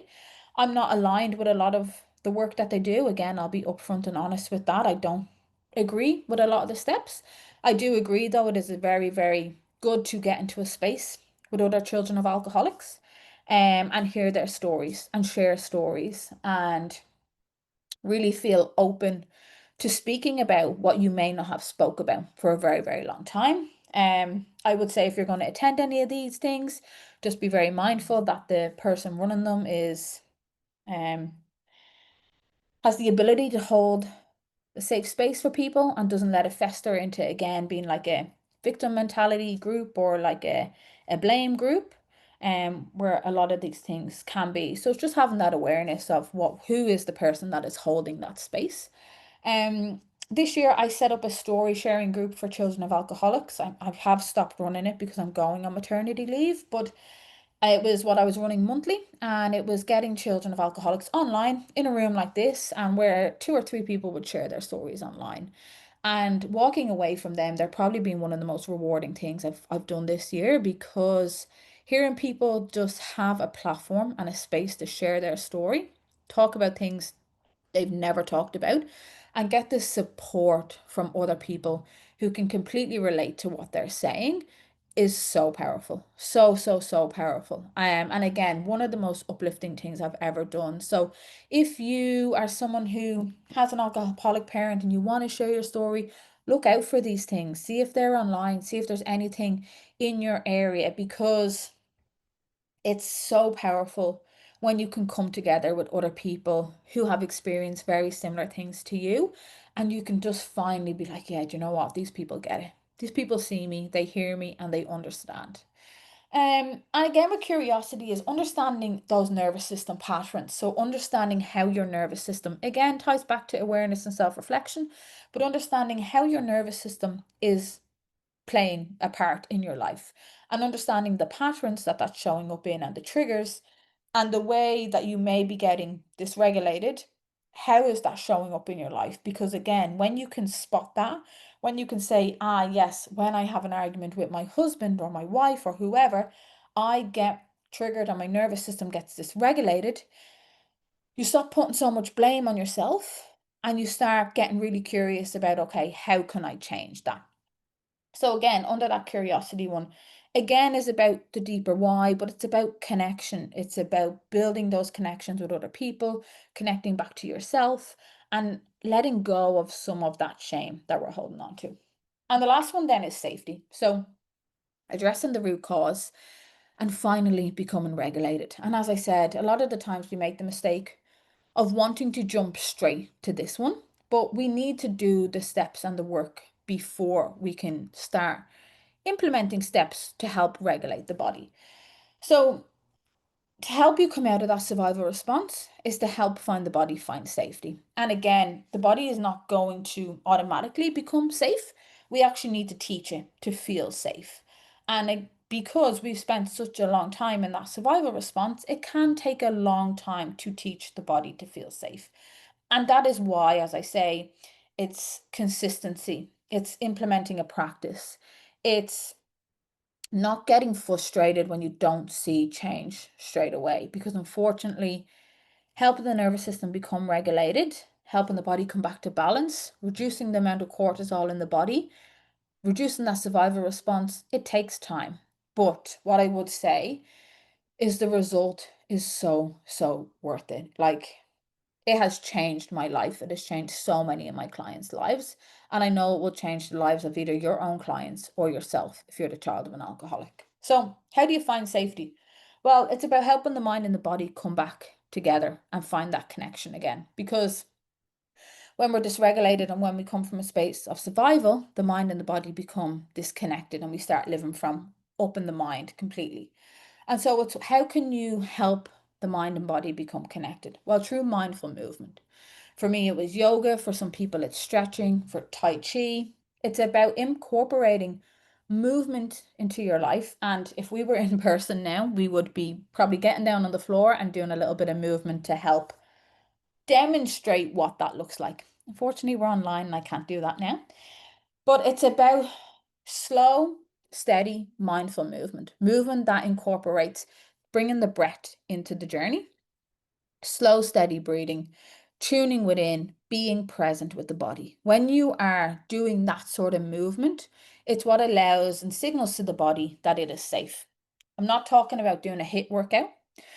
I'm not talking about going running 10 miles on the treadmill. The movement I'm talking about is not going to give you abs or make you fit, but it is going to balance your body and make you or help you feel regulated, and also help you express, which what I'm going to come to next, and release some of the stored emotions and tensions and trauma within the body. What I am going to say, a bit of a disclaimer, is when I first started doing yoga, it was nearly more overwhelming for me than it was relaxing, because I'd never been in a state where I had had that mindful movement before. I'd never slowed the body down enough for that. And that felt very unsafe for me and very overwhelming. So, what I am going to say is, if you are going to try some of this mindful movement, just have that awareness that it actually might feel overwhelming at the beginning until your body gets used to being in that slower state. Same with breath work as well. And we're at the end, we're going to go through a little bit of a grounding exercise, which I do need to start now in like 2 minutes. But I will let you know that when you do start connecting to your breath in a deeper way, that can cause a lot of overwhelm in the body, because it just doesn't feel safe and normal, especially for children of alcoholics who are running at a space of, or at a pace of 90 miles an hour constantly. So another way to find safety is about expressing our emotions, feeling our emotions, tuning into within, and actually allowing those emotions to release and process in the body. Because again, a lot of the time we didn't have that space, safe space as children to do that. And so it's really, really important that as adults now we're creating that space to allow those emotions to process and work through the body. Foundation. And what I mean by that is having a solid foundation in your life to support you doing this work, okay? Because doing this work can be overwhelming and it can be really difficult. And a solid foundation is something that is made up of sleep, nutrition, hydration, um, movement, as I've said before. And you need this to support you to do the work that needs to be done. There is no point in you trying to allow the body to come out of that survival response and break free from that survival response if you are not practicing good sleep, if you're not drinking enough water, if you're filling your body full of crap. The gut is the second brain. If you are not allowing yourself to feel, if you're not setting boundaries, and if you're not allowing yourself to find some sort of present and stillness in your life, okay? Because it will feel like you are pushing a boulder up a hill. And this is why the work that I teach and the work that I do with clients takes that holistic approach. Because when we are, say, filling the body full of crap food, that's causing stress in the body.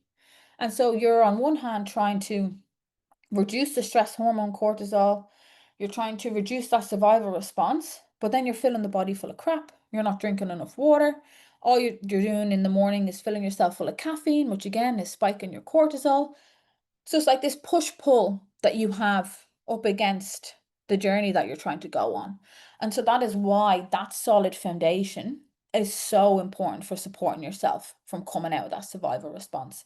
And again, it seems so basic. And a lot of the time, the work that we need to do is basic. It's not complex. It's not this crazy new way to do things. It's really going back to basics.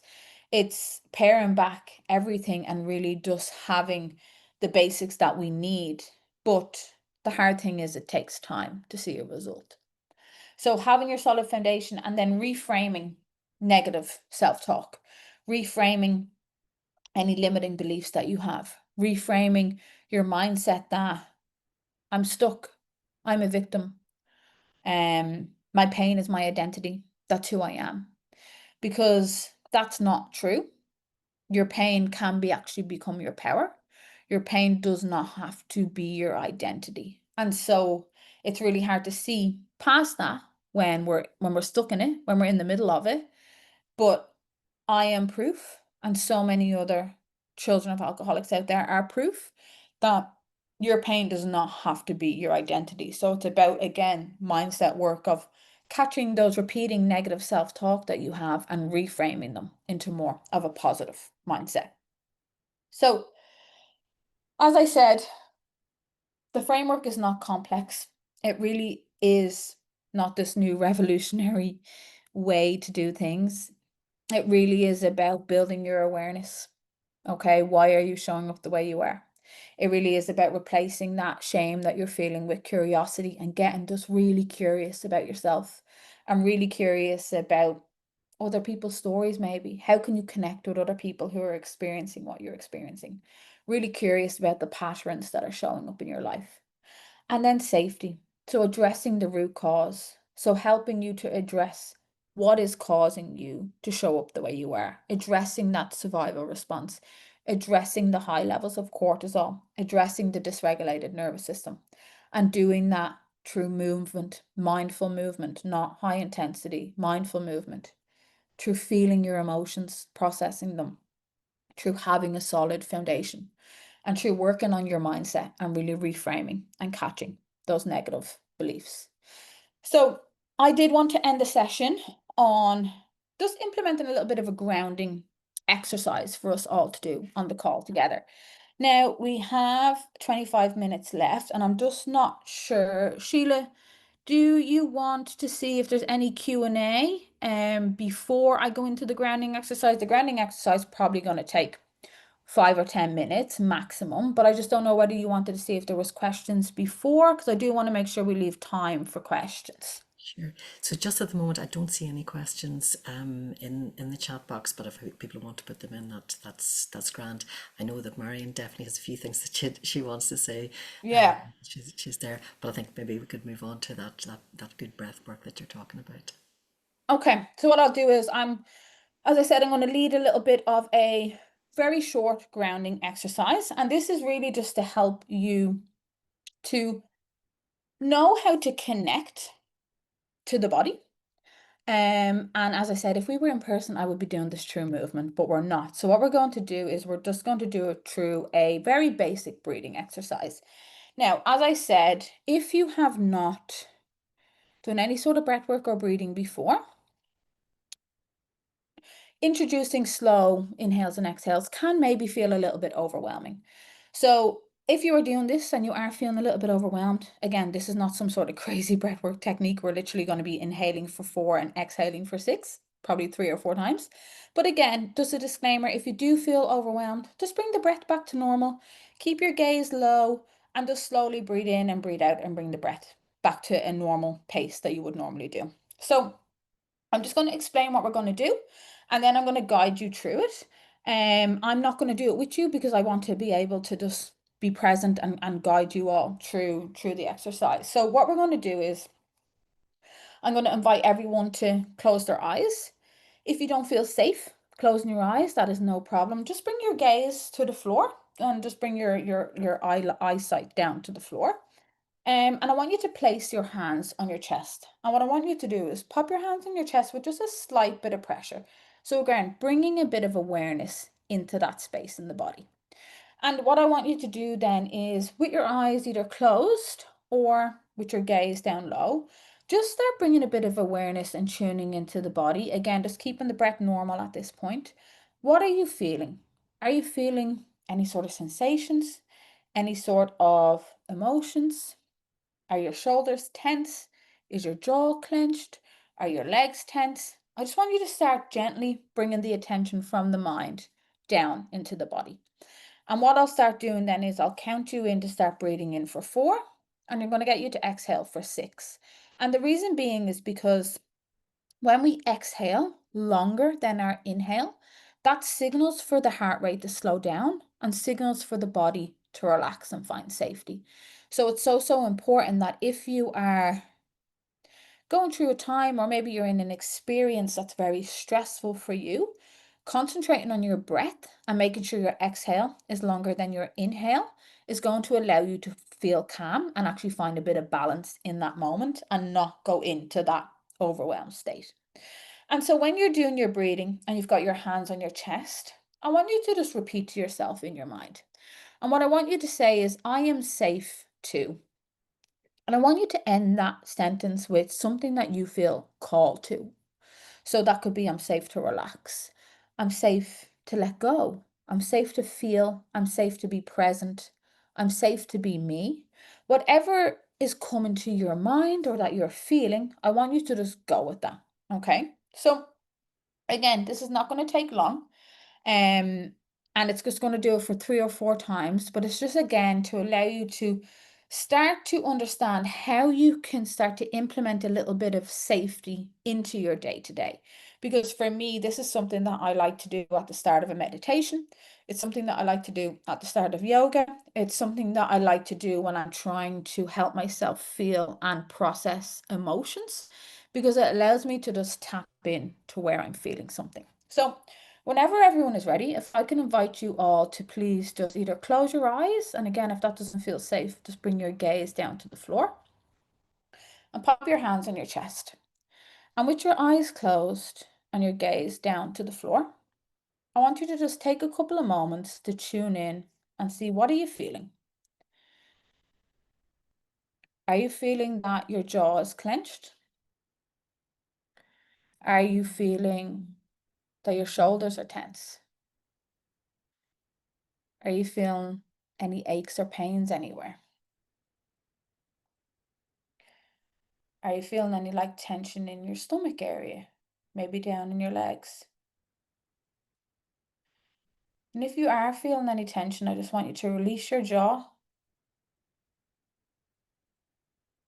And I want you to just relax maybe the space between your eyebrows. Relax your shoulders. And just allow any tension that you're feeling to just melt away. So whether that melts away into the chair, to the ground, to the surface that you're on. Just a couple of more normal, just inhale and exhale. And if you're starting to feel any sort of like emotions or anything like that, or overwhelmed, just trying to breathe into that area. And whenever you're ready, so on your next exhale, I want you to breathe in for 4. So whenever you're ready, breathe in for 1, 2, 3, 4. And I want you to exhale for 1, 2, 3, 4, 5, 6. Breathe in for 1, 2, 3, 4.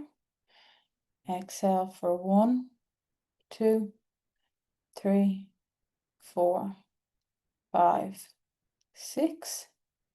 And 2 more rounds. Breathe in for 1, 2, 3, 4. And out for 1, 2, 3, 4, 5, 6. And last round. 1, 2, 3, 4. And out for 1, 2, 3, 4, 5, 6. Keep your eyes closed. Keep your hands on your heart. Keep that pressure on your chest. And I just want you to repeat to yourself, I am safe. I am safe to let go. I'm safe to relax. I'm safe to feel, to be present, or to be myself. And whenever you're ready, just open your eyes, bring your breath back to normal, and take your hands from your chest. And just allow yourself a couple of breaths to just settle back in to breathing at your regular pace. And again, this is a very brief and short, but a powerful exercise that you can implement maybe in the morning or before you're going to bed at nighttime. Something to just help you to tune in and find safety in the body in the moment. And as I said, if you're doing it and you are feeling a little bit of anxiety or overwhelm, I want you to just know that that's normal. Your body is not used to maybe having stillness. It's not used to connecting with the breath or connecting to the body in that way. And it will get better with practice. And with all of these practices and things to do to allow yourself to become regulated, it does take time.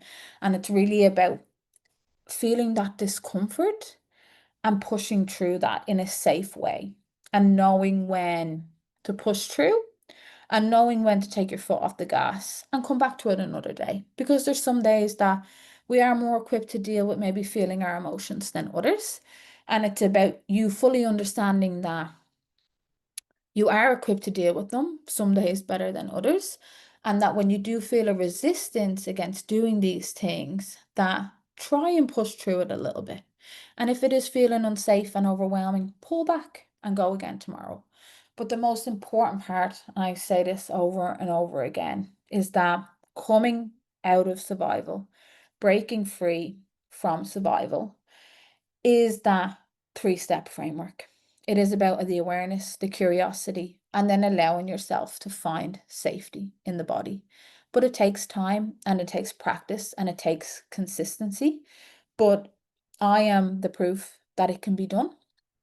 So many other people out there are the proof that it can be done. And I know that all of you on the call, if you have whoever has an alcoholic parent out there and who may be really struggling, that you can do it. It's just about being consistent and being persistent and putting a practice into place.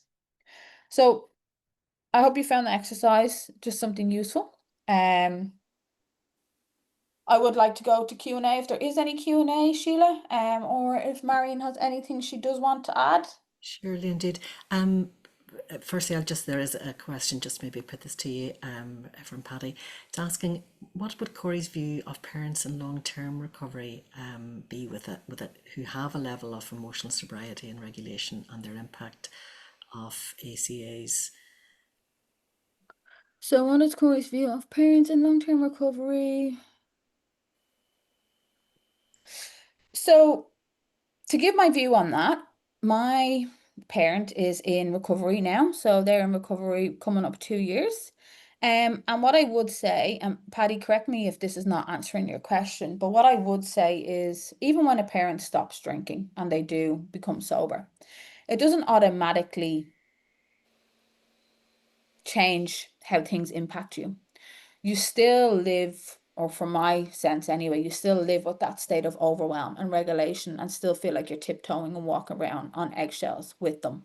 And it still does have a negative impact on adult children of alcoholics because we go from, in my sense, I went from living on edge with them drinking to then living on edge, hoping to God that they wouldn't drink again.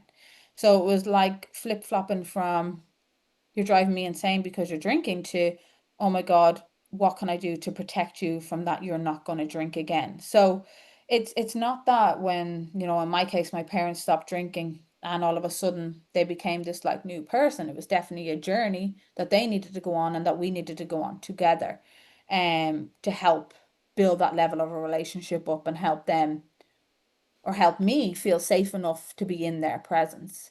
Um, I think that's the question Paddy is asking. I think so, yeah. Yeah. Marion, if it maybe just turn to yourself there, and Sure. I know I'm feeling, oh, that was a fantastic presentation, sharing. I think that is there, but Marion, let me just want to Absolutely. hear from you Yeah, what your response is. absolutely, Sheila. Thanks very much. Corey, thank you for a really excellent presentation. I just see it as having been crafted from the depth of your personal lived experience and presented with a knowing sense of what can work for people.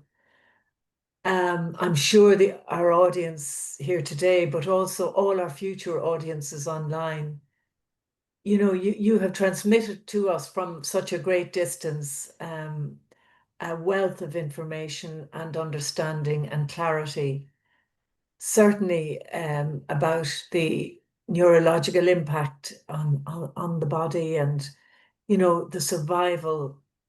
We read so much about the experience, but actually when you tie it down to certain headings like the survival pattern and really explain it in depth, it's very powerful. For a moment, I would just like to comment on some of your points as they relate to the lived experience of people here in Ireland. During our recent webinar on Tuesday on early intervention, our patron of Silent Voices, Alva Smith, reflected on growing up with parental problem alcohol use. And I was really struck by her comment. She noted that in her home, we didn't even know how to talk about it. Yeah. I found that a very, very profound statement. We didn't even know how to talk about it. This is a person who's an academic, an activist, a feminist, and so on. And that was her comment and her commitment to the effort we're trying to make to help people to express themselves. But I was just reflecting on that and was thinking about, because I've been involved in the past in some of the work around the institutional abuse in the past, but it may be explained by the fact that we carry a social and religious history in this country where profound harm to children was concealed for generations. And only in recent years has this truth been brought to light through official reports, investigations, and state apologies. But the legacy of that silence, the culture of hiding, minimizing, and covering up, still affects how many adults try to make sense of their own childhood experiences today. Yeah. It reminds us how difficult it can be to name what was never acknowledged. With regard to alcohol, silence and stigma read drinking patterns prevail to this day, leading to a blind eye to the harms, particularly to children and families. Silent Voices exists for precisely this reason, to help people name what was once unmentionable and to challenge the alcohol industry and the political system for contributing to this omerta. Corey, your question captures the experience of so many adult children of alcoholics. Do you feel like you're going to choke anytime you try to talk about your parents drinking? That's a really strong, profound expression of the terror that people, and you so magnificently described. I mean, the vivid descriptions I have and will have of your childhood, your teenage years, and then into your early 20s, but fear and Yeah. running to escape from the terrible conflict and the noise and so on is just so vivid. And I thank you so much for that. Because that raw experience is what people need to hear a lot of the time. Yeah. For countless individuals, this is still true. Naming the issue can feel frightening, disloyal, or impossible, especially when the family's survival depends on pretending nothing is or was wrong in our family. By sharing your own story, you have given voice to the experience of more than 1 million children in this country, children who are growing up, surviving rather than living. The purpose of End the Silence Week and the advocacy that takes place throughout the year aims to highlight that children and adults should not have to struggle alone to find the words.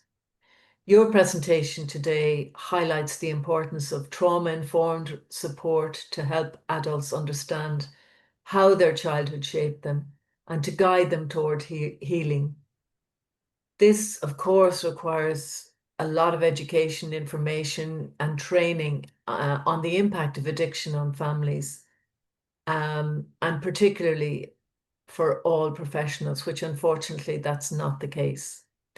Yeah. But I particularly liked your framework around grounded in awareness, curiosity, and safety, and the importance of growing to understand the full impact of addiction and reclaiming the personal narrative, because as we know, people can literally lose their voice. They have Oh, an yeah. empty shell. I do recall myself when I started the work, I was describing a kind of an emptiness in the abdomen. It's like you could see through it. There was nothing there. They felt that there was nothing there because of the extraordinary amount of emotion that was never expressed, that didn't have a place to be expressed.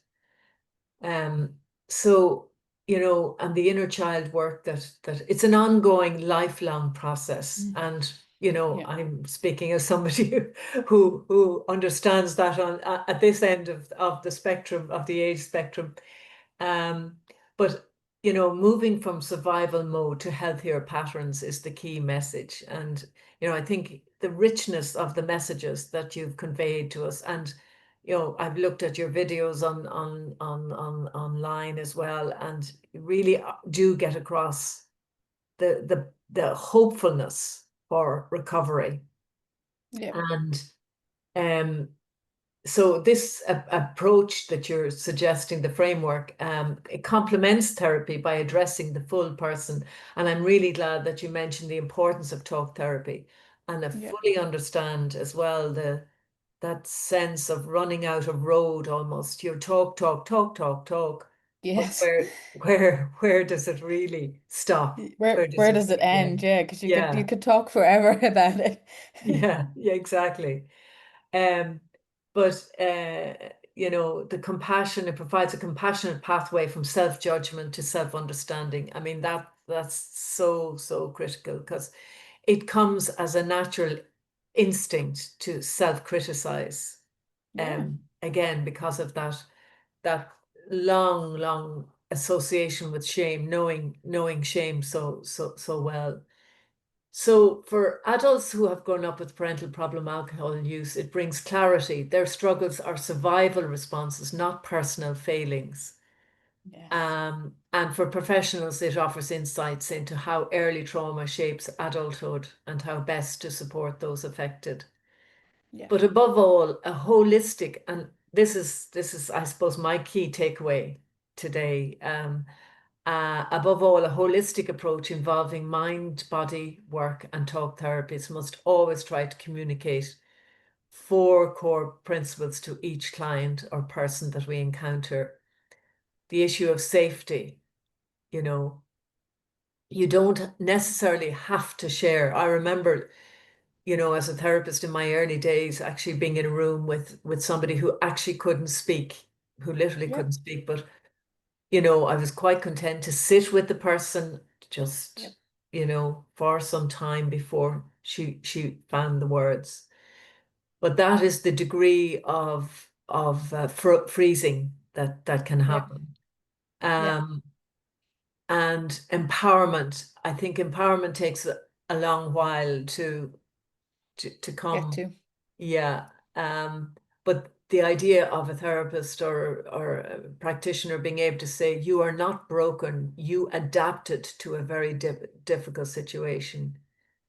And also the fact that you are not alone. There are millions who share your story. So all of those key points are vital for us to remember.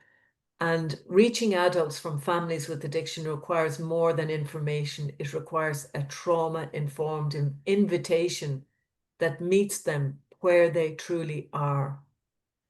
Our work begins with compassion and continues with the belief that healing is possible for everyone. Above all, I'm just borrowing the 7 C's from ACOA for a moment. But for young children, they need to know that they didn't cause their parents' problems. They can't control it. They cannot cure it, no matter how hard they try. But they can learn to help and take care of themselves by communicating feelings, by making healthy choices and celebrating themselves. And therefore, Corey, I just want to thank you again for your excellent presentation today. And on behalf of everyone here, I wish you a journey filled with wonder, gentleness, and joy as you prepare to welcome your little one. We look forward to connecting with you again. Thank you so much. Honestly, thank you so much, Marion, and to Sheila as well, for just inviting me into this space and allowing me to share what I have learned on my own journey over the years, and whether that be my personal journey or the education that I have gone down, I really, really appreciate, and I really appreciate your insights as well, Marion. They really hit the nail on the head there. You know, it really is a holistic approach to healing. It's not one modality over the other. It's not one thing is better than the other. It really is a full holistic, full person approach that is needed. And I just really wish that that was recognized more, you know, throughout the world, but hopefully throughout this work that we are all doing together, and that will be more recognized for children of alcoholics out there. But I do just want to say I am so grateful for again inviting me into this space. I really do appreciate it, for giving me the platform to share the work that I'm doing. Great. Thanks so much, Corey. Thank you indeed. And I was just putting up some helplines. I'm just conscious that there'll be people who'll watch us at a later date just so that they can definitely see them. So we're just, I think, coming to the end of our event this morning. I want to thank you. Oh my gosh, Corey, enjoy is sometimes can seem like a funny word when we're talking about painful topics, but so much of what you meant, was resonating, and you were bringing clarity in a very straightforward kind of a way for what is complex feelings and issues. Yeah. So that's a wonderful gift. So thank you indeed for that. Marion, thank you also for your response. I know we've already been talking about this, and I knew you would have that kind of feeling in reply. So we'll just leave it at that for the moment. And thanks to everybody who's been contributing to End the Silence this week. It's been a special week, and we're hopefully starting to end the silence on this very hidden harm from alcohol. Yeah. Thank you to all. Bye now. Thanks, everyone. Bye.